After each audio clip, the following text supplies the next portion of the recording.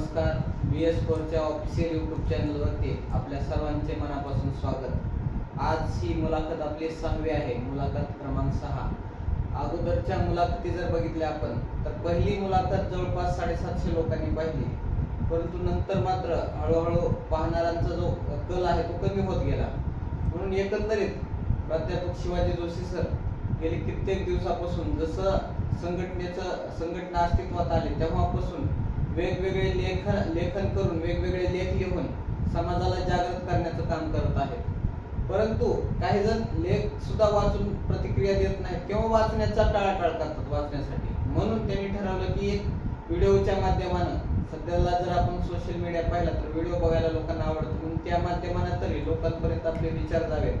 समाज काय आहे, संघटना काय आहे, सगळ्याच गोष्टीची जाणीव करून द्याव्या यासाठी व्हिडिओ बनवून लोकांपर्यंत विचार पोहोचवण्याचं काम करत आहेत. परंतु बरेच लोक व्हिडिओ देखील पाहत नाहीत. आता जवळपास आपल्या दोन्ही ग्रुपचे मिळून 1,500 लोकसंख्या आहे. तरी व्ह्यू जर पाहायला गेलो आपण 370, 400 म्हणजे 400च्या आतमध्येच आहेत शेवटच्या 2-3 क्लिपची. म्हणून सगळ्यांनाच विनंती आहे की थोडासा वेळ काढून आपण नक्कीच क्लिप पाहावे, म्हणजे आपल्याला देखील लक्षात येईल की समाजाच्या अडचणी खरंच काय आहेत, संघटना सध्याच्या कशा चालत आहेत, संघटनेचं काम नेमकं कसं चालू आहे, या सगळ्याच गोष्टी आपल्या लक्षात येतील. म्हणून सगळ्यांनाच एक विनंती आहे की आपण सर्वांनी क्लिप पाहावी आणि शेअर करावी. पुढे जे आपल्याकडे कॉन्टॅक्ट असतील समाज बांधवाचे त्यांना शेअर करावे. तर मागे बरेच आपण प्रश्नावरती चर्चा केली, बऱ्याच गोष्टीचा उलगडा आपल्याला झाला. तर सरांना माझा असा प्रश्न आहे की आजची जी भटके मुक्तांची चळवळ आहे ती नेमकी कशी आहे, तिचं स्वरूप कसं आहे सध्याच्या चळवळीचं? नमस्कार.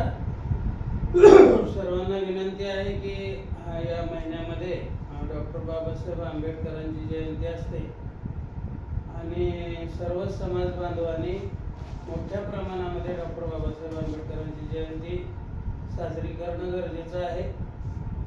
तसं पाहिलं तर भटक्या मुक्ताच्या घरामध्ये किंवा वेगवेगळ्या ठिकाणी, सामूहिक ठिकाणी भटक्या मुक्ताच्या बाबतीमध्ये डॉक्टर बाबासाहेब आंबेडकरांची जयंती आपण साजरी करत नाही.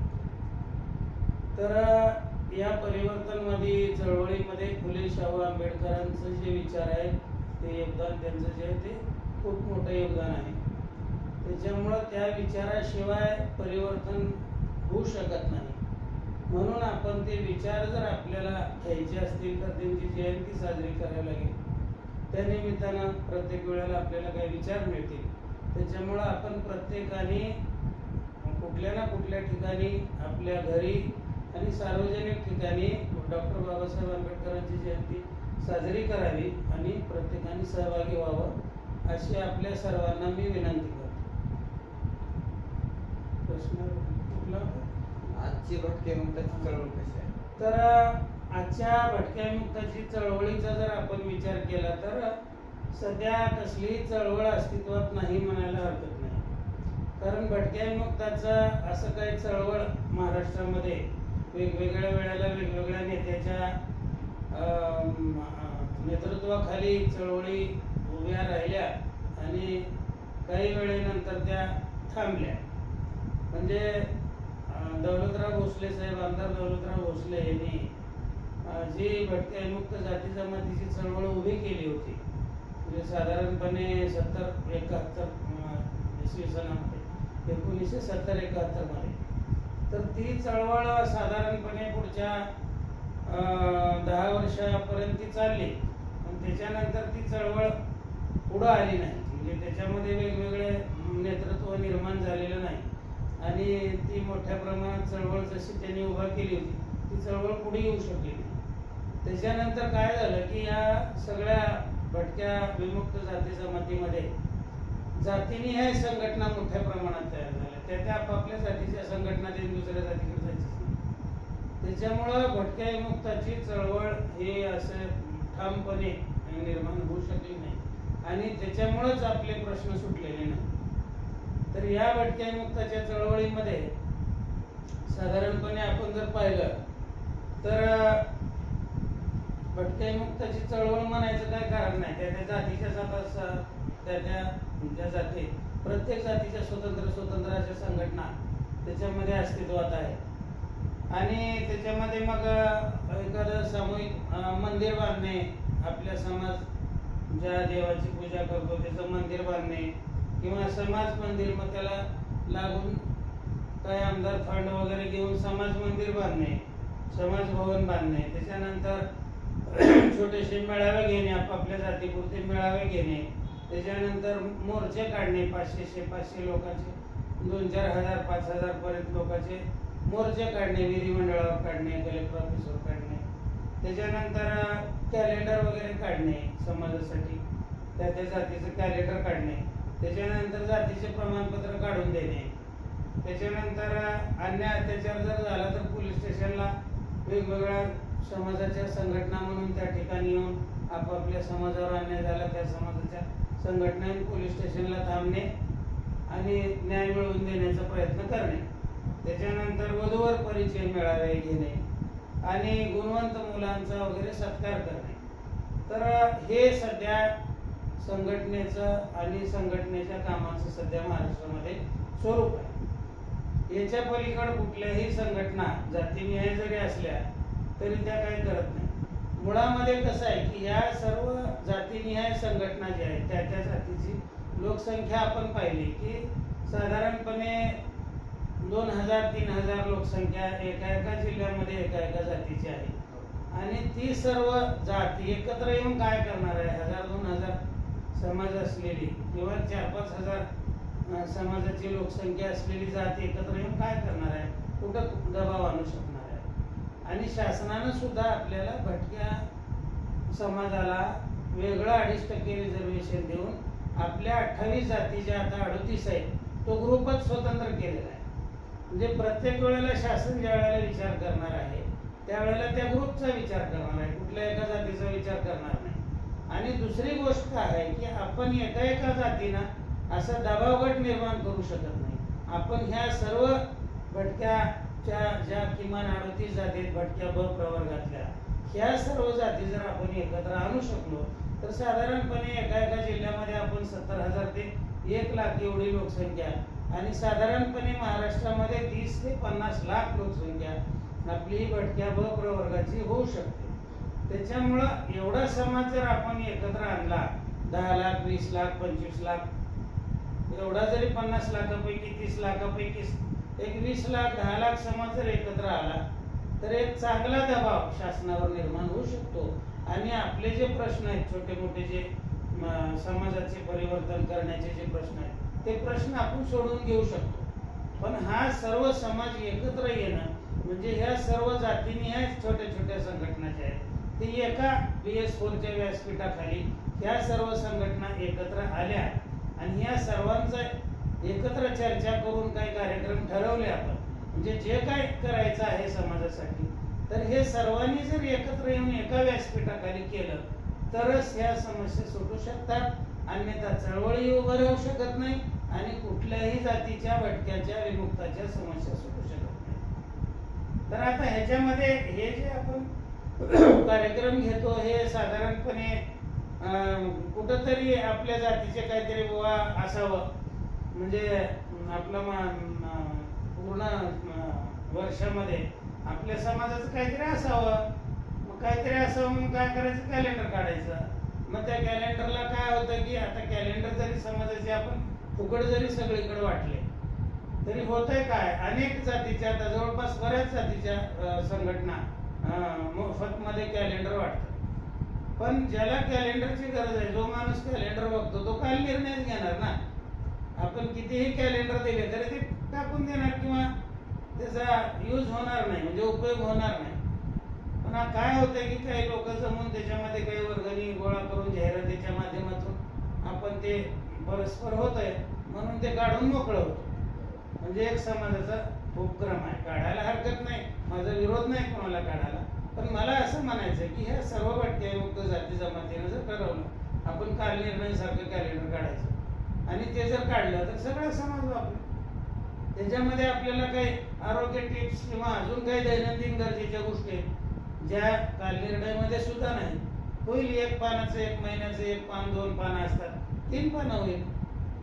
पण आपण सगळे मिळून उपयोगात येणारी वस्तू तरी निर्माण करू शकतो. तर ह्याच्यासारखं परत हे जे दुसरं आहे आता मोर्चे वगैरे आपण एका एका जातीचे मोर्चे काढतात, जे 400-500 लोक मोर्चे काढतात, त्याचं काय इम्पॅक्ट होतं? लोक आपल्याला हसतात आणि साधारणपणे 500 पोलीस असतात विधिमंडळामध्ये त्या मोर्चाला संरक्षणासाठी, आणि आपले लोक असतात 500, 400, 1000, आणि मग ते हे जातं मोर्चा, त्याला मुख्यमंत्री सामोरा येत नाही किंवा एखाद्याने येऊन मंत्र्यांना निवेदन घेतलं तरी ते कचरा कोंडीत टाकून देतात, त्याचा काहीच उपयोग होत नाही ना. तर त्याच्यासाठी आपल्याला दबावगट निर्माण करण्या एवढं संख्याबळ असलं पाहिजे. आणि परत काय होतं की त्या जातीचे जे मोर्चे काढतात त्याच्या मागण्या सुद्धा चुकीच्या असतात. काहीतरी वेळेसारखं कोण मागण्या लिहित आहे काय माहित नाही, आणि आम्ही BS4च्या वतीनं ज्या वेळेला हे सांगतो की बाबा तुम्ही मागण्या तर या सगळ्या चुकीच्या कसं काय लिहिल्या तुम्ही, म्हणजे एका निवेदनामध्ये 15-20 मागण्या लिहितात, त्याच्यातल्या सुरुवातीच्या महत्वाच्या 4-5 मागण्या चुकीच्या असतात, आणि हे आपण ज्या वेळेला सांगतो त्यावेळेला त्यांना ते इगो हर्ट होतो लगेच त्या समाजाच्या कार्यकर्त्याचा, आणि ते लगेच टीका करायला लागतात ते लोक की तुम्ही आमच्या विरोध केला मोर्चाला. अरे बाबा तुमच्या मोर्चाला विरोध करत नाही आम्ही, पण आपण जे मोर्चाला निवेदन देतो त्याच्या मागण्या तरी न्याय असल्या पाहिजेत. आपण मागण्या जर चुकीच्या लिहिल्या तर त्याचा विचार करतील का? अगोदरच त्या निवेदनाचा कोणी विचार करत नाही, आणि तुम्ही मागण्या जर त्याच्यात चुकीच्या लिहिल्या तर कोण विचार करत? म्हणजे आदळ दळतन कुत्रपीठ खाता अशी अवस्था होती तिची. आणि ते तरी 1500 5,000चे मोर्चे काढून जोपर्यंत लाखो समाज असा रस्त्यावर येत नाही तोपर्यंत हा कुठल्याही अशा छोट्या मोठ्या एका जातीच्या 2 जातीच्या 4 जातीच्या मेळाव्याचा मोर्चाचा काही उपयोग नाही. त्याच्यानंतर आपण जातीचे प्रमाणपत्र काढून देतो. आपण कसं आहे की ज्या वेळेला कार्यकर्ते एक संघटना आम्ही काढली बाबा म्हणून आपण वस्तीवर वाड्यावर फिरायला जातो आणि त्यांना विचार तुम्हाला जातीचं प्रमाणपत्र आहे का? नाही. असं अनेक जणांनी नाही म्हणलं की आपण ते सगळं गोळा करतो आणि त्याचे प्रमाणपत्र काढतो. मुळामध्ये त्यांना गरज आहे का त्या जातीच्या प्रमाणपत्राची? गरज असते तर त्यांनी काढलं असतं तर आहे. त्यांच्या मुलाच्या शिक्षणाला अडचण आहे, त्या काहीतरी प्रयत्न करून ती माणसं काढतात ना. ज्यांना काही गरजच नाही अशा लोकांना आपण एकत्र करतो आणि ते जातीचे प्रमाणपत्र काढून द्यायचा प्रयत्न करतो. बरं होत आहे काय त्याच्यामध्ये की आपलं श्रम आहे जे त्या संघटनेचं श्रम वाया जात आहे. वाया जातं म्हणण्यापेक्षा त्या ज्यांना गरज आहे जातीच्या प्रमाणपत्राची त्या माणसाला आपण मदत केली पाहिजे. म्हणजे जा बाबा तिथं फॉर्म भर आणि असे लोकांना म्हणजे स्वतः त्यांना त्यांचं काम करायला आपण उद्युक्त केलं पाहिजे. त्यांचं काम त्यांनी स्वतः केलं पाहिजे आणि खरंच जिथं अडचण आली जिथं मिळत नाही अडवाडवी केली जाते तिथं जरूर कार्यकर्त्यांनी जावं आणि ते काढून द्यायचा प्रयत्न करावा. पण उठसूट आपण जर असे जातीच्या मेळावा घेऊन जातीचे प्रमाणपत्र काढून द्यायचा प्रयत्न केला तर लोक म्हणजे त्यांनाही काही गरज वाटत नाही. आणि काही तर लोकांचं असं असतं की ती मिळालेली प्रमाणपत्र सुद्धा हरवून टाकतात कारण त्याची किंमतच नसते ना त्याला. त्याच्यामुळे त्यांना ते करू द्या आणि जिथं अडचण पडेल तिथं मग संघटनेने जावं असं माझं स्पष्ट मत आहे. त्याच्यानंतर कुठलीही गोष्ट घडली आता काय होतंय की समाजामध्ये वाड्या वस्तीवर जे लोक आहेत जिथं असतील ते लोक कुठल्याही संघटनेचे सभासद नसतात. त्याच्यानं एखाद्यावर अन्याय झाला तर तो कुणाला माहीत नसतं की ते कुठल्या समाजाचा माणूस आहे काय अन्याय झाला. जेव्हा पेपरला येईल किंवा कुठल्या तरी व्हॉट्सअप ग्रुपवर येईल किंवा त्या समाजाच्या कुठल्या तरी ग्रुपवर येईल त्यावेळेला कार्यकर्त्यांना कळतं की बाबा अशा अशा आपल्या एखाद्या माणसावर अन्याय झाला. पण ते कधी कळतं? अन्याय झाल्यानंतर. आणि मग ज्या वेळेला हे कळतं त्यावेळेला मग वेगवेगळे लोक बाबा आपल्या संघटनेचं काहीतरी काम दिसलं पाहिजे म्हणून ते पोलीस स्टेशनला जातात आणि कोण निवेदन देतंय त्या PIला. पोलीस स्टेशनला हे साधारणपणे फिर्याद दिलेली पाहिजे. फिर्याद द्यावी लागते. अर्ज निवेदन हे पोलीस स्टेशनला चालत नसतात. आणि कुणी एका माणसाने फिर्याद दिली तर ती व्यवस्थित फिर्याद दिलेली आहे का? त्याच्यामध्ये व्यवस्थित सगळ्या गोष्टी नमूद केलेल्या आहेत का? पोलिसांनी जे वेगवेगळे पंचनामे इन्क्वेस्ट पंचनामा असतो, स्पॉट पंचनामा असतो, मेडिकल रिपोर्ट असतो, जबाब नोंदवलेले असतात, साक्षी नोंदवायच्या असतात, ह्या व्यवस्थित केलेल्या आहेत का हे त्यांना विश्वासात घेऊन त्यांना ते व्यवस्थित कागदपत्र कोणीही तयार करत नाही आणि कागदपत्र तयार न करता ते फक्त तिथं हुजत घालणे गोंधळ घालणे मग असं कसं झालं ते थोडंच पोलिसांनी केलेलं असतं आणि त्यांना बाबा ते मग गुन्हेगारांना अटक करा वगैरे हे म्हणणं ठीक आहे. आरोपींना कसं पोलीस अटक करतील याच्यासाठी प्रयत्न करणं ठीक आहे. पण काही वेळेला असे अनेक प्रकरण आहेत महाराष्ट्रामध्ये की त्या प्रकरणामध्ये अनेक वेळा अनेक संघटनांनी तिथं हुजत घालून मागणी करून तिथं अक्षरशः आंदोलन पोलीस स्टेशन पुढं करून एकही आरोपी पकडला गेला नाही. जेवढे पकडले होते पोलिसांनी अगोदरच कार्यकर्ते जाण्याच्या अगोदर तेवढेच आरोपी, त्याच्यानंतर एकही आरोपी पकडला गेला नाही. आणि एवढंच नाही तर त्या केस 10-12 वर्ष झालं कोर्टात सुद्धा बोर्डावर आलेले नाही. मग आपण जाऊन काय करतो पोलीस स्टेशनला? म्हणजे आपल्याला त्याचा अभ्यासच नसेल तर आपण जाऊन काय उगाच संघटना आहे आणि आम्ही गेलो पोलीस स्टेशनला, एक पेपरला बातमी दिली, कुठेतरी व्हॉट्सअपवर फोटो टाकला, निवेदन देताना पियाला म्हणजे सुटला का प्रश्न? एकही प्रश्न सुटत नाही. एकाही आरोपामध्ये गुन्हेगाराला शिक्षा झालेली नाही. आपला तो नाथपंथी डवरी गोसावी समाजाचा जो राईन पाड्याचा कार्यक्रम होता त्याच्यामध्ये 5 माणसांना जन्मठेप झालेले ते हायकोर्टात अपिलामध्ये आहे. ते उज्ज्वल निकम स्पेशल सरकारी वकील नेमले म्हणून ते झालेलं आहे. तेवढं त्याच्यात या अपिलात काय होईल माहित नाही. पण त्यानंतर कुठल्याही प्रकरणामध्ये कुठल्याच आरोपीला शिक्षा झालेली नाही. ते प्रकरणच बहुतांश प्रकरणच कोर्टात आले नाही हेरिंगला. का तर ते अर्धवट असले ना कोर्ट हेरिंगला घेतच नाही ना ते आणि न्यायच मिळत नाही. मग हे असं जाऊन तिथं पोलीस स्टेशनला गोंधळ घालण्यापेक्षा जे माणसाला अभ्यास आहे त्या माणसाने ते कागदपत्र व्यवस्थित बघणे आणि तिथं जर काय अन्याय होत असेल पोलिसाकडून गुन्हा नोंद करण्यामध्ये तर मग एखादं आंदोलन वगैरे करणे हे ठीक आहे. पण उठसूट तिथं जाऊन गोंधळ घालणे आणि फक्त त्यांना आपल्या फोटो व्हॉट्सअपला देणे, पेपरला बातम्या देणे, निवेदन दिलेल्या पीआयला फोटो, आता पीआयला निवेदन देऊन फोटो काढायचं काय पण मोठ्या प्रमाणात अलीकडे तेच होऊ लागलंय. तर ह्या बिनकामाच्या गोष्टी आहेत, याच्यातून काही प्रगती होणार नाही, तो प्रश्नच सुटणार नाही. त्याच्यामुळं खास सांगतोय. त्याच्यानंतर आता वधूवर परिचय मेळावे आहे. वधूवर परिचय मेळावे पूर्वी काय होतं की हे जे व्हॉट्सअप वगैरे किंवा हा जो प्रिंट मीडिया वगैरे आहे किंवा इलेक्ट्रॉनिक्स मीडिया पूर्वी नव्हता, त्यावेळेला मग लोकांचे भेटीगाठी व्हायच्या नाहीत. मग कोणाला तर निरोप द्यायचा, मग त्या माणसाला तिथं निरोप द्यायचा, मग सांगायचं इथे मुलगा आहे मुलगी आहे, मग जायचं. असे अडचण असल्यामुळं त्यावेळेला आपल्याला हे वधूवर मेळावे घ्यावे लागायचे, वधूवर सूचक मेळावे घ्यावे लागायचे. आज कसं आहे व्हॉट्सअपचा जमाना आहे, त्याच्यामुळं वधूवर सूचक ग्रुप DS4चा वधूवर सूचक समूह आहे आणि त्या समूहावरची माहिती पडते. त्याच्यातून अनेक लग्न जुळतात, अनेक लग्न जुळलेले. तर त्या आता तो ग्रुप आहे, त्या ग्रुपवर जर प्रत्येक समाज बांधवांना भटक्याच्या त्या ग्रुपवर जर आपल्या मुला मुलीचा बायोडाटा टाकला तर घर बसल्या तुम्हाला सगळे बायोडाटा बघण्यात येणार आहे. बरं मेळाव्यामध्ये काय होतंय की मेळाव्यामध्ये जरी सगळे वधूवर त्या ठिकाणी उपस्थित राहिले, अनेक वधूवर उपस्थित राहिले, तरी डॉक्टरला डॉक्टर पाहिजे असतो. काही लोकांना मुंबई पुण्यात राहणारच पाहिजे असतो, कुणाला त्याच्या जातीचा त्याच्या पोट जातीचाच पाहिजे असतो किंवा कुणाला त्याच्या फॅकल्टी मधलाच असावा असं वाटतं. तर हे ऐन वेळेला ते उपलब्ध होऊ शकत नाहीत ना. आणि आपलं परिचय किती वेळ होऊ शकतो तिथं एक ठिकाणी वधूवर परिचय मेळाव्यामध्ये 1-1 मिनिट 2-2 मिनिट एकाचा परिचय होईल.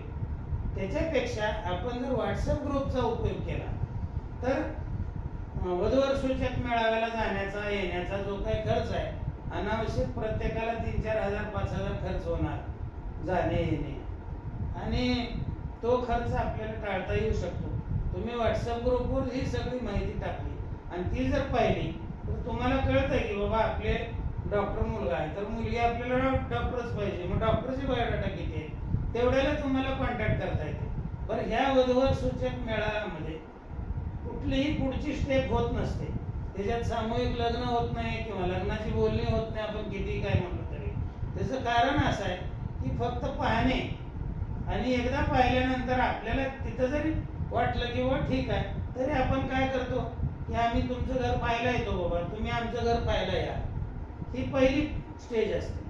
त्याच्यामुळं डायरेक्ट तुम्हाला वधूवर सूचक मेळाव्यामध्ये जर समजा मुलगा मुलगी आला आणि लगेच कुणी लग्नाची बोलणी करताय का? तर लगेच कुठे अशी लग्नाची बोलणी होऊ शकत नाही. तर त्याच्यासाठी त्यांना ती फर्स्ट स्टेजच आहे की बाबा तुम्ही आमचं घर बघा, आम्ही तुमचं घर बघायला येतो. त्याच्यामुळं ह्या समाजाला मला अशी विनंती करायची आहे की अशा वधूवर सूचक मेळाव्यासाठी आपण जो खूप मोठा खर्च आणि महिना 2 महिने आपण तयारी करतो, तर हे करण्यापेक्षा हा जो खर्च आणि आपली शक्ती आहे ती समाज संघटित करण्यासाठी, पूर्ण भटक्या जाती जमातीला संघटित करण्यासाठी ती वापरावी आणि वधूवराच्या बाबतीमध्ये ग्रुपचा 100% फायदा घ्यावा. जे वधूवर मेळाव्यापेक्षा ग्रुपचा जास्त फायदा होतो असं आमच्या निदर्शनाला आलेलं आहे.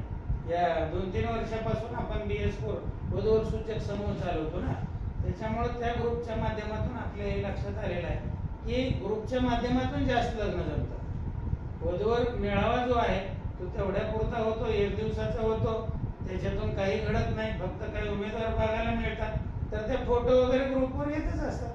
त्याच्यामुळे समोरच बघितलं पाहिजे असं काय नाही. ज्या वेळेला तुम्हाला एकमेकाची माहिती घ्यायची आहे त्यावेळेला समोर दाखवण्याचा कार्यक्रम तर करावाच लागतो. तर हे असे छोटे छोटे मुद्दे. त्याच्यानंतर गुणवंत मुलांचा आपण सत्कार घेतो. तर गुणवंत मुलांचा सत्कार आपण पास झाला, 10वी पास झाला, 12वी पास झाला, विशेष गुणवत्ता मिळवली, आपण त्याचे सत्कार करतो.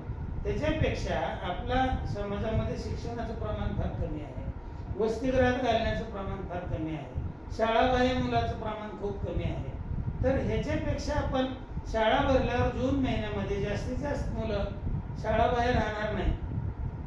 ती जास्तीत जास्त मुलांना वसतिगृह कसं मिळेल, त्या मुलांना बालगृह कसं मिळेल, त्या मुलांना मागासवर्गीय वसतिगृह कसं मिळेल, आश्रमशाळा कुठं ना कुठं त्या मुलाची सोय कशी वसतिगृहामध्ये होईल, हे आपण जून महिन्यामध्ये जर बघितलं तर हे सत्कार तर पास झाल्यावर कुणी करणार आहे आणि केलं नाही केलं तर विशेष फरक पडत नाही. पण जून महिन्यामध्ये आपण जर हे काम केलं तर त्याचा निश्चित जास्त फायदा होतो. तर हे चळवळीच्या बाबतीमध्ये हे जे काही कार्यक्रम आहेत आपण घेतो ते नाममात्र कार्यक्रम, बाबा आमची संघटना आहे आणि आम्ही काहीतरी करायला पाहिजे म्हणून आपण घेतो.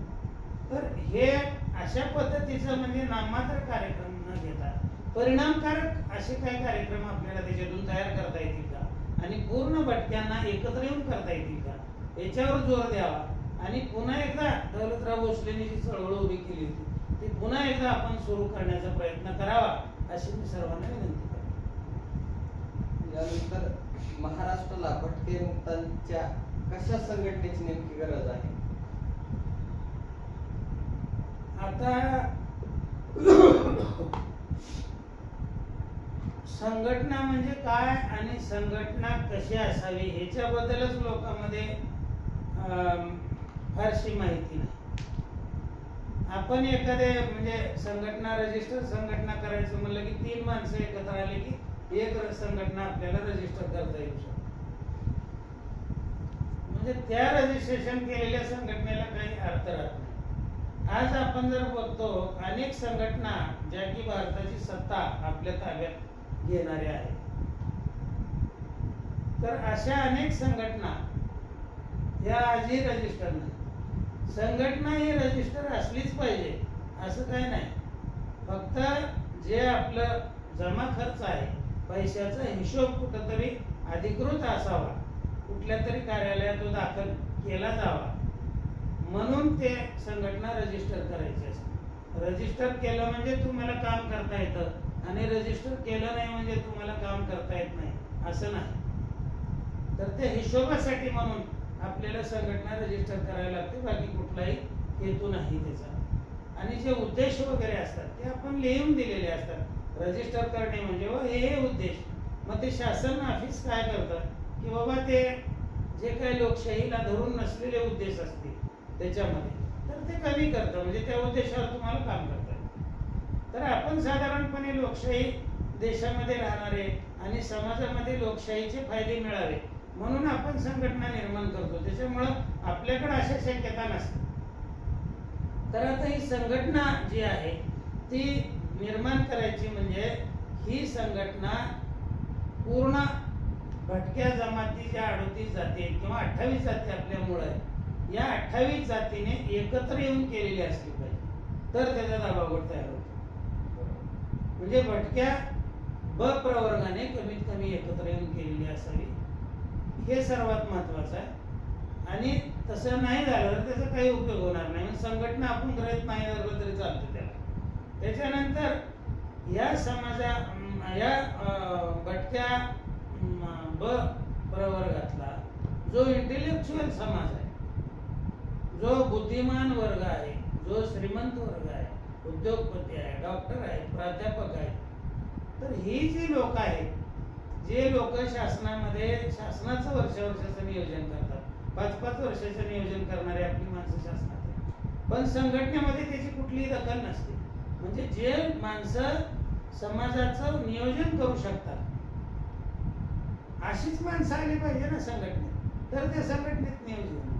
म्हणजे इंटेलेक्च्युअल समाज जो आहे त्याच्यातला कर्मचारी, अधिकारी, वेगवेगळ्या पदावर असलेले अशा सर्व लोकांनी एकत्र येऊन ही संघटना निर्माण केली पाहिजे. आणि निर्माण करत असताना ती संघटना विचार सापेक्ष असली पाहिजे. कुठल्या तरी विचारावर, आता फुले शाहू आंबेडकरांच्या विचारावर आपण BS4 ही संघटना निर्माण केलेली आहे आणि सर्व भटक्या ब प्रवर्गासाठी केलेली आहे.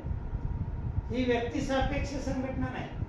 कुठल्या तरी माणसाला मोठं करण्यासाठी आता आणि समाजाच्या शिड्या करून त्याला मोठं करण्यासाठी संघटना निर्माण केल्या जातात. त्या संघटनेनं समाजाचं परिवर्तन किंवा साधा विकास सुद्धा होऊ शकत नाही. तर इंटेलेक्च्युअल समाजाने केलं पाहिजे. पूर्ण भटक्या जमातीच्या 28 कम्युनिटीने एकत्र येऊन ती संघटना स्थापन केली पाहिजे, तरच त्याचा व्यवस्थितपणे दबाव तयार होतो. आणि हे करत असताना जे संघटना निर्माण करणाऱ्या व्यक्ती आहेत, तर ह्या व्यक्तीचा पे बॅक टू सोसायटी कसं करता येईल. आम्ही ज्या विचारवंत ग्रुप आहे, हा विचारवंत ग्रुप समाज आहे, त्यांनी स्वतःच्या फायद्यासाठी नाही तर तळागाळातल्या लोकांसाठी या समाजाच्या आम्ही काहीतरी देणं लागतो. पे बॅक टू सोसायटी आम्हाला करायचं आहे. या समाजामधून आम्ही मोठे झालो तर या समाजाला वर आणण्याचं कर्तव्य आम्ही केलं पाहिजे. या हेतूनं या इंटेलेक्च्युअल समाजानं काम केलं पाहिजे. स्वतःच्या अडीअडचणी सोडवण्यासाठी नाही तर समाजाला वर काढण्यासाठी हे काम झालं पाहिजे. आणि हे काम इंटेलेक्च्युअल समाजानं नियोजन केलं पाहिजे. आणि इतर समाजाचे म्हणजे जे आपले काय दुसरी फळी आहे, जे काय कमी शिकलेले लोक आहेत म्हणा किंवा तेवढा विचार त्यांच्याकडे नाही, तर अशा लोकांना एकत्र करून मग समाज सगळं एकत्र येईल. पण नियोजन आहे ते इंटेलेक्च्युअल समाजानं जे बुद्धिमत्तायुक्त वर्ग आहे त्यांनी केलं पाहिजे. तर ह्याच्यामध्ये निस्वार्थ भावना असली पाहिजे, पे बॅक टू सोसायटीची भावना असली पाहिजे, तरच ती संघटना टिकते आणि खूप मोठी चळवळ तयार होते. तुमचा प्रत्येक ह्याच्यामध्ये संघटना करण्यामध्ये स्वतःला मोठं करण्याचा, स्वतःच्या स्वार्थाचा हेतू असेल तर ती संघटना मोठी होऊ शकत नाही. कारण लोक वेडे नसतात आणि लोकांना ती कळतं. त्याच्यानंतर आता हे जे संघटनेची पद्धत आहे, तर ह्याच्यामध्ये 2 प्रकार असतात. एक तर आपण अभ्यासपूर्ण एखाद्या प्रश्नाचा व्यवस्थित अभ्यास करून, समाजाच्या वेगवेगळ्या प्रश्नाचा अभ्यास करून, त्याचं डॉक्युमेंटेशन करून, त्याचे प्रश्न आणि मागण्या तयार करून आपण शासनाला निवेदन देतो. तर आपण हे शासनाला निवेदन देत असताना या प्रश्नाचा आपल्याला संपूर्ण समाजाचा आणि समाजाच्या त्या प्रश्नाचा अभ्यास असला पाहिजे. तुम्हाला त्या प्रतिनिधीला शासनाला पटवून देता आलं पाहिजे की हा कसा प्रश्न आहे आणि हा कसा आपण सोडवला पाहिजे आणि त्याचे मार्ग काय हे तुम्हाला त्यांना सांगता आलं पाहिजे. उगाच काहीतरी लिहून घ्यायचं आणि द्यायचं अधिकाऱ्याला, त्याच्या तोंडाकडे बघत बसायचं, त्याने ठीक आहे झालं जावं म्हणलं की आपण निघून यायचं, त्यानं प्रश्न मिटत नाही. आता हे प्रश्न आपण सोडवायला ज्या वेळेला जातो, प्रत्येक निवेदन आपण देतो त्यावेळेला शेवटी एक वाक्य लिहिलेलं असतं की आमचे हे प्रश्न आहेत आणि हे जर सोडवले नाही काय तर आम्ही तीव्र आंदोलन छेडू. पण आपण कधीच आंदोलन छेडत नाही, कारण समाजच एकत्र आलेला नसतो. तर ह्याच्यामुळं काय पाहिजे की आपल्याला एकतर आपण प्रश्न निवेदन घेऊन ज्यावेळेला टेबलवर जातो त्यावेळेस जर टेबलवर ते काम नाही झालं तर ती काम करून घेण्यासाठी जो दबाव गट तयार करायचा आहे तो रस्त्यावर तुमचा असला पाहिजे. म्हणजे तुमचा संपूर्ण समाज जर रस्त्यावर आला तर तुमच्या निवेदनाला किंमत असेल. तुम्ही तिथं निवेदन घेऊन गेला आणि त्यांनी दखलच घेतली नाही, ते निवेदन घेतलं ठीक आहे कचऱ्यात दिलं, तुम्ही काय करणार आहे त्याचं? शासनाचं काय करणार आहे? आणि असंच होत आलं ना. ते ताकद बघतात, दबाव गट बघतात. होय, त्यांनी जर बघितलं की यांचा सगळा समाज रस्त्यावर आहे आणि तो कार्यालयापर्यंत येऊ शकतो 5 मिनिटात पुढच्या किंवा 1-2 दिवसामध्ये आपल्या कार्यालयापुढे येऊन तो दबाव टाकू शकतो, विचारू शकतो. तर त्याच्यामुळे आपण काय केलं पाहिजे, त्यांचे प्रश्न सोडवले पाहिजे.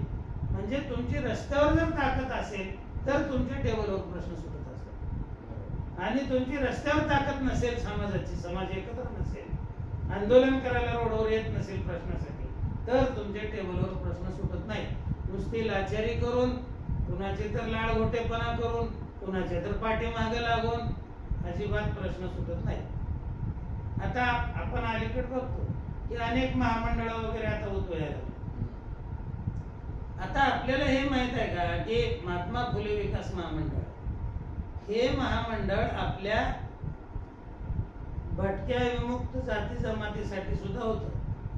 SC, ST आणि NT पूर्ण मागासवर्गीय समाजासाठी हे महामंडळ होतं. आपल्या कुणाच्या तरी एखाद्याच्या लक्षात आहे का मला सांगा की त्यांनी त्या भटक्या विमुक्ताचा एखादा माणूस त्या महामंडळावर घेतलेला होता? कधी घेतलेला नव्हता. दौलतराव भोसलेंनी हा मुद्दा त्यांच्या विधिमंडळाच्या प्रश्नोत्तराच्या तासामध्ये सुद्धा उपस्थित केला होता. तर कुठलाही आपला माणूस त्याच्यावर घेतलेला नव्हता. आपल्या कुठल्याही भटक्या मुक्ताला माहित नव्हतं की ते मंडळ आपल्यासाठी आहे आणि आपल्या कुठल्याही माणसाला त्याचा उपयोग झालेला नाही. त्याच्यानंतर वसंतराव नाईक विकास महामंडळ उभं केलं आणि सुरुवातीच्या काळामध्ये त्याला फंड्स पण मिळाले, पण ते फंड्स रिटर्न जात नाहीत. लोक घेतलेलं कर्ज भरत नाही. या सबबीखाली ते शासनानं जवळपास बंद करून टाकल्या जमा.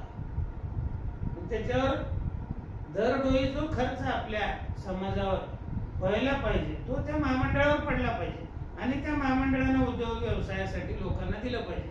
त्याच्यातून लोकांची उत्पन्न वाढतं आणि वर येतात लोक. पण ते न करता ते कधीही केलं नाही. म्हणजे वसंतराव नाईक विकास महामंडळ जसं निर्माण झालंय तसं कुणाला त्याचा फायदा झाला असं आपण ऐकलेलं नाही.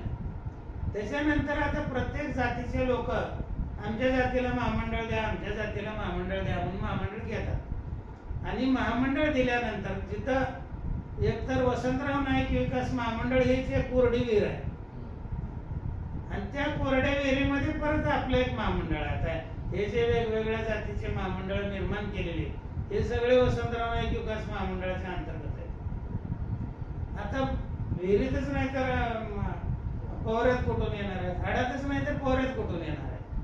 तर याही महामंडळाची अवस्था वसंतराव नाईक विकास महामंडळापेक्षा बदतर होणार आहे. या नवीन महामंडळ जी वेगवेगळ्या जातीला दिलेली त्याचा काहीही उपयोग होणार नाही.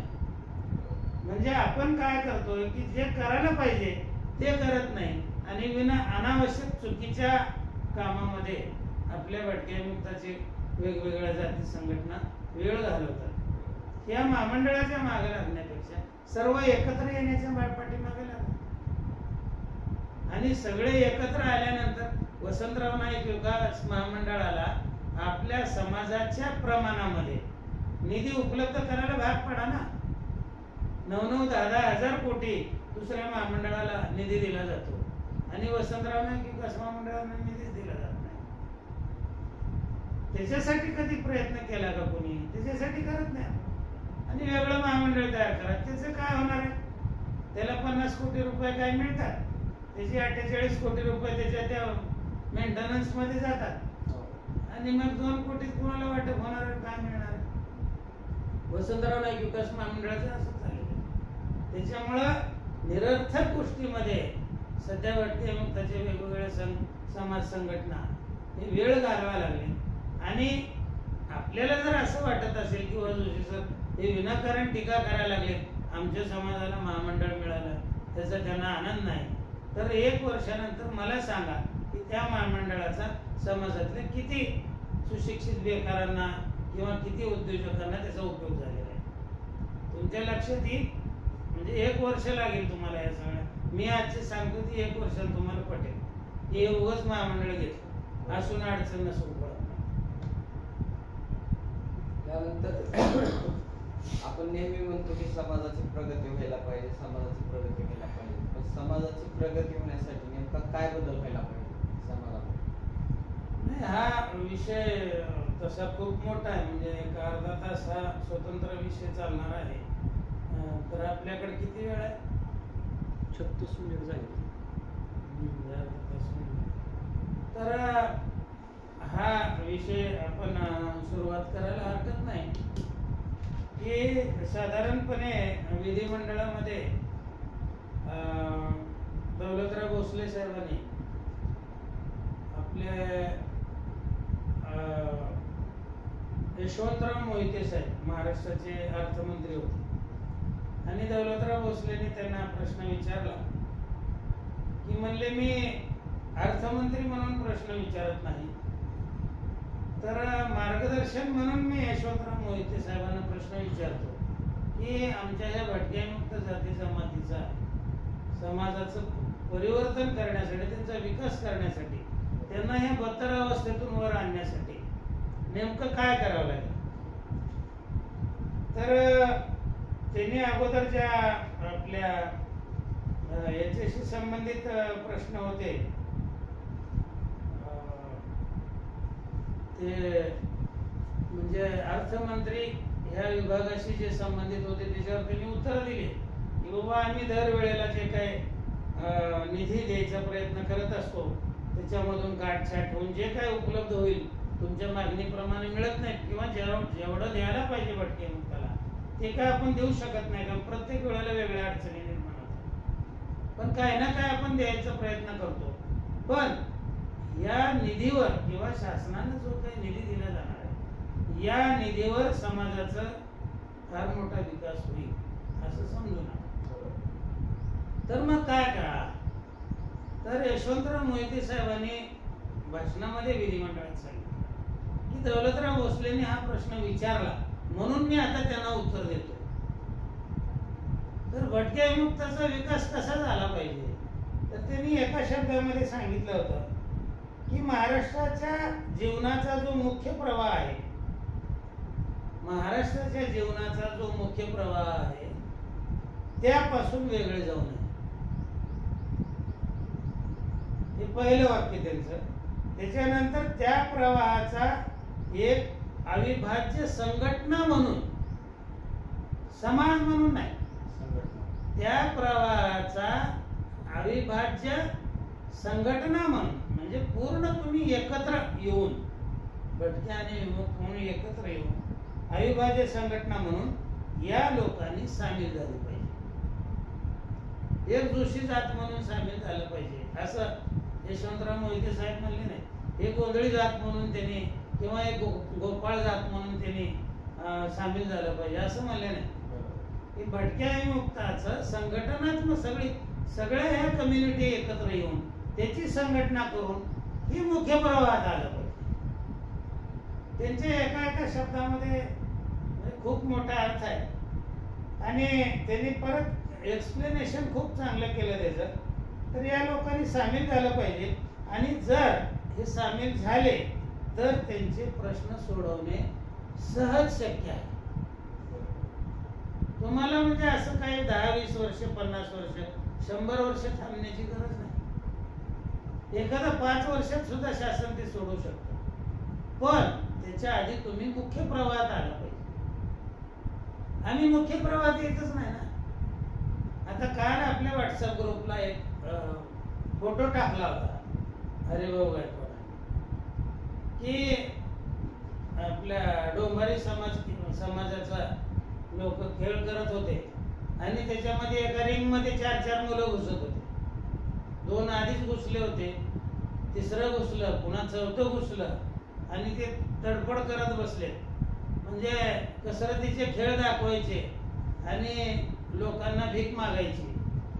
अरे करायचं कशासाठी? सोडून द्या ना कधीतरी, त्याची कधीतरी लाज वाटू द्या ना. आज ही 4 माणसं जर शेतीमध्ये कामाला गेले तर 1000-1200 रुपये मिळतात ना. मग हे लाचारपणानं प्रत्येक माणसापुढं परत ते खेळ झाला की प्रत्येक माणसापुढं असं करायचं असं करायचं. म्हणजे कुत्री मांजर सुद्धा जगत नाहीत ना आता अशा पद्धतीने. मग त्याच्या पलीकडचं गेलं हे जगणं. एक तर आता कायदा महाराष्ट्र सरकारनं केलेला आहे क्रुएल्टी अगेन्स्ट एनिमल. म्हणजे तुम्ही सर्कस मध्ये प्राणी कोंडून ठेवू शकत नाही, तुम्ही पोपट घेऊन भविष्य बघू शकत नाही, तुम्ही अस्वल घेऊन खेळ करू शकत नाही, तुम्ही माकड घेऊन खेळ करू शकत नाही. मग हे जे धंदे आहेत आपले, हे जातीनं जे दिलेले धंदे आहेत, जात म्हणून आपण जे धंदे करतो, हे धंदे आपण सोडून दिले पाहिजे. म्हणजे महाराष्ट्राच्या मुख्य प्रवाहात आलं पाहिजे. मजुरी करा, छोटे छोटे बिन भांडवली उद्योग करा, छोट्या छोट्या भांडवलाचे उद्योग करा, व्यवसाय करा. आपल्यापैकी बरेच लोक आहेत जे काम करायला म्हणून मुंबईमध्ये गेले आणि आज मोठे बिल्डर आहेत. जे माणसं कुठंतरी नोकरी करण्यासाठी पुण्यामध्ये गेले, त्याच्यात इंटरनॅशनल शाळा आहेत. मेहनत केली तर कुठंतरी फळ मिळेल ना त्याचं. तर हेच त्यांना सांगायचं होतं यशवंतराव मोहिते साहेबांना की तुम्ही मुख्य प्रवाहात या. हे जे जातीनं निर्माण करून ठेवलेले धंदे, पूर्वीचा काळ वेगळा होता, आता तरी समजून घ्या आणि मुख्य प्रवाहामध्ये सामील व्हा. म्हणजे हे जे लाचार होण्याचे धंदे, भीक मागण्याचे धंदे, हे सोडून दिले पाहिजे आता आपण स्वतः आणि या मुख्य फ्लो मध्ये आलं पाहिजे. आणि याची प्रगती होण्यासाठी आपल्याला खूप मोठा हा विषय होणार आहे. मला वाटतं आपण या ठिकाणी थांबावं आणि हा विषय परत म्हणजे स्वतंत्रपणाने आपण घ्यावा, कारण हा खूप मोठा विषय आहे. आणि आज म्हणजे या आपल्या भटक्यामुक्त चळवळीच्या बाबतीमध्ये काहीतरी नवीन निर्माण व्हावं असं आपल्या प्रत्येकाला वाटलं पाहिजे. जी चळवळ आज थांबलेली आहे ती चळवळ पुन्हा कशी सुरू होईल. आणि हे सुरू होताना ह्या सगळ्या ज्या वेगवेगळ्या आपल्या जाती आहेत, ज्या 28 जाती आहेत, या वेगवेगळ्या जातींना आपण BS4च्या व्यासपीठावर बोलत असताना लोक येत नाहीत. आणि त्याच्या जातीचा कार्यक्रम असला की मोठ्या संख्येनं लोक जमा होतात, 1000-2000 लोक तिथे जमतात. पण BS4च्या कार्यक्रमाला या म्हणलं की 10-20 लोकांच्या पुढे लोक येत नाही. ही जी प्रवृत्ती आहे, या प्रवृत्तीला आपल्याला पर्याय शोधावा लागेल. एक तर भटक्या मुक्ताच्या एकंदरीत कार्यक्रमाला आपण आवर्जून उपस्थित राहावं लागेल, जसं समाजाच्या कार्यक्रमाला उपस्थित राहतात, किंवा BS4चा कार्यक्रमच आपल्या प्रत्येक जातीसाठी आपल्याला घ्यावा लागेल. जसं कांशीरामजीने 400 जातींना एकत्र केलं होतं आणि उत्तर प्रदेशामध्ये सत्ता आणली होती. तर त्यांनी प्रत्येक जातीचे वेगवेगळे मेळावे घेतले होते आणि त्या जातीला वेगळं वेगळं समजून सांगितलं होतं. आपल्यालाही तसं करता येईल. या ज्या वेगवेगळ्या जाती आहेत आपल्या 28 भटक्या ब प्रवर्गातल्या, या जातीच्या संघटनांनी, त्या संघटनांनी BS4चे कार्यक्रम ठेवावे. तिथं प्रशिक्षक घेऊन आपण जाऊ आणि तिथं त्या जातीचं प्रशिक्षण घडवू आणि तिथं सगळे कसे एकत्र येण्याचा जो मार्ग आहे तो मार्ग पण सांगू. आणि त्या मार्गाने सर्व समाज जर एकत्र झाला, एक वेगळा दबाव गट महाराष्ट्रामध्ये तयार झाला, तरच आपण काय करू शकतो. आपले खूप मोठे प्रश्न आहेत. आपला प्रतिनिधी नाही.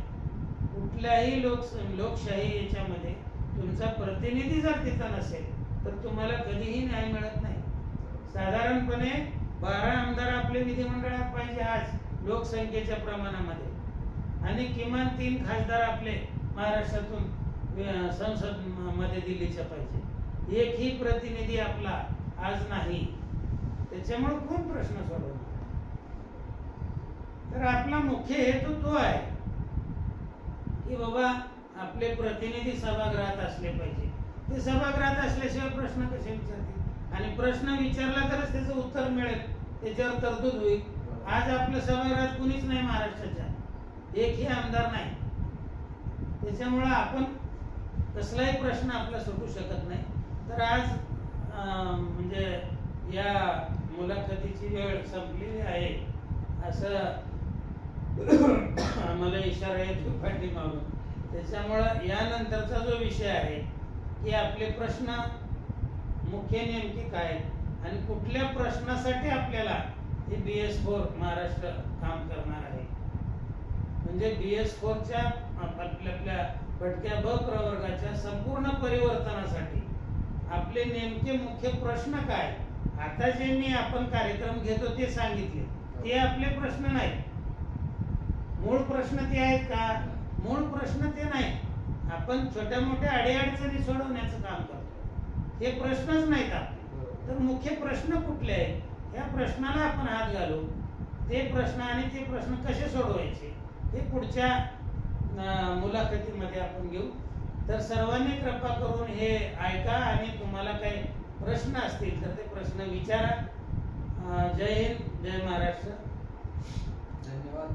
आजच्या मुलाखतीमध्ये आपण प्रथम दर्जाचे प्रश्न कोणते आहेत आपले, दुय्यम कोणते आहेत ह्याच्यावर चर्चा केली. नंतर आत्ता सरने सांगितलं की नेमकं एनर्जी कुठं घालायची, कारण हाल्या सोडून पकालेलं इंजेक्शन अशी परिस्थिती सध्याला जवळपास सगळ्या संघटनांची झालेली आहे. तर खूपच छान. खरं तर आजचे जे विषय आहेत एक एक विषयावर एक एक तास बोलावा असे प्रश्न आहेत, कारण समाजाचं परिवर्तन म्हणजे खूप मोठा विषय आहे. त्यानंतरचा पुढला प्रश्न होता संघटना कशी असावी, म्हणजे हे खूप मोठे प्रश्न असल्यामुळे हे नंतर घ्यायचा सरांनी निर्णय घेतलेला आहे. तर आज इथंच थांबतो. जय हिंद, जय महाराष्ट्र. नमस्कार.